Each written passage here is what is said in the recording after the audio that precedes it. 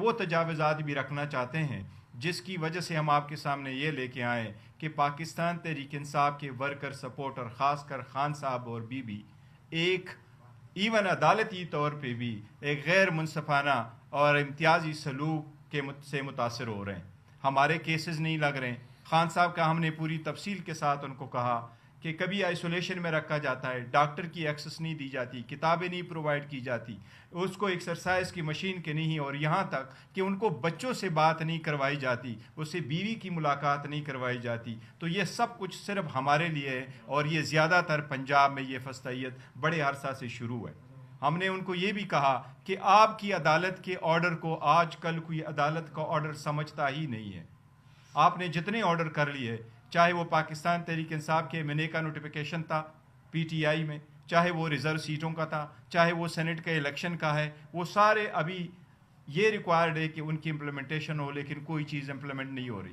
Enforce ڈس appearances پہ ہم نے ان کے نوٹس میں گزار کروایا کہ ہمارے ایم این ایس کو کس طریقے سے اور ان کی فیملی ممبرز کو کس طریقے سے مختلف کیسز میں انوالو کرایا گیا اور ان کو انفورس ڈس اپیئر کروایا گیا. ہم نے ان کو یہ بھی کہا کہ ایک ساتھی پہ جس طرح عمر ایوب صاحب ہے, اس کے پیچھے خلاف 100 کیسز ہے. ان 100 کیسز میں بیک وقت آپ کئی کورٹوں میں پیش نہیں ہو سکتے. ہم نے ان کو سارے مشکلات جو پاکستان تحریک انصاف پہ وہ فیس کر رہی ہیں وہ سب کچھ ہم نے چیف جسٹس کے سامنے کیا. انہوں نے ہمیں یہ باور کرایا اپنے طرف سے کہ میں ایسے اقدامات ضرور کروں گا جس سے یہ سارے کا کوئی نہ کوئی حل ہم نے نکالنا ہے, اور میں میک شیور کروں گا کہ آپ کے اس جو گزارشات آپ لوگوں نے کی ہے اور جو مسائل بیان کیے اس کے لیے ہم کوئی حل نکالیں. جی صاحب آپ بات کرنا چاہیں؟ سیکریٹری جنرل صاحب آپ ادھر آ جائیں, ادھر آ جائیں. عمر صاحب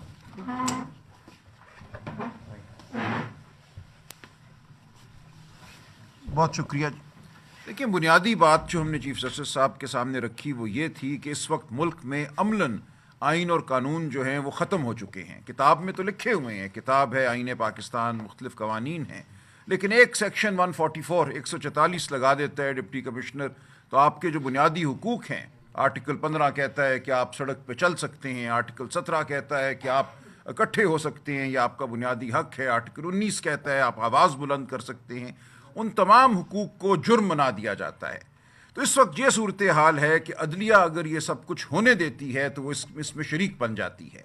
تو ہم نے بڑے واشگاف الفاظ میں کہا کہ ملک میں اس وقت عملاً آئین اور قانون نہیں ہیں, اور یہ عدلیہ پہ اب ذمہ داری آتی ہے کہ وہ ایسے احکامات جاری کرے کہ آئین اور قانون کی بالادستی ہو.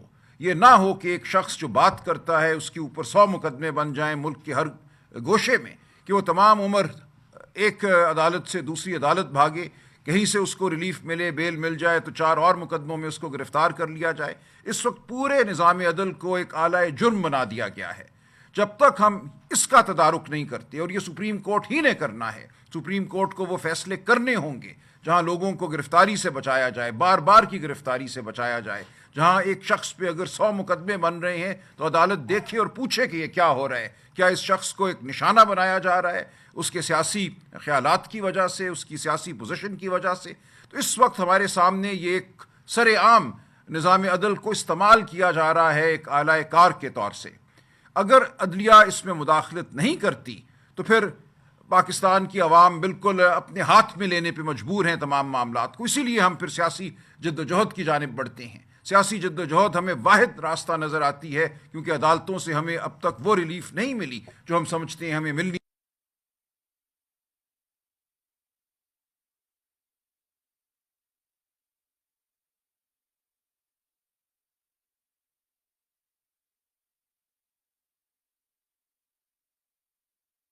کی کیا صورتحال ہے ہمارے سامنے ہے کہ لوگوں پہ ظلم کیسے ٹوٹ رہے ہیں. ایک شخص غائب ہو جاتا ہے, اغواکاری کی بنیاد پہ قانون سازی بھی ہو رہی ہے. 26ویں آئینی ترمیم جس طریقے سے ہوئی, یہ بھی ہم نے کہا کہ ہمیں 26ویں آئینی ترمیم کے متن پہ بھی اعتراض ہے, اور جس طریقے سے یہ کی گئی, جس طرح لوگوں کو پارلیمنٹیرینز کو اغوا کیا گیا, وہ ہم سب کے سامنے ہے. تو یہ پورا ماحول ایسا ہے جو کسی سے ڈھکا چھپا نہیں ہے, اور چیف جسٹس صاحب سے بھی ڈھکا چھپا نہیں ہے. ہم آج بڑے واضح الفاظ میں یہ بات ان کے سامنے رکھ کر آئے ہیں. اب ہم دیکھیں گے کہ کیا عمل ہوتا ہے, کس طرح اس صورتحال کو بہتر بنایا جاتا ہے. ایک منٹ ادھر جی تھوڑا سا ایڈ کر.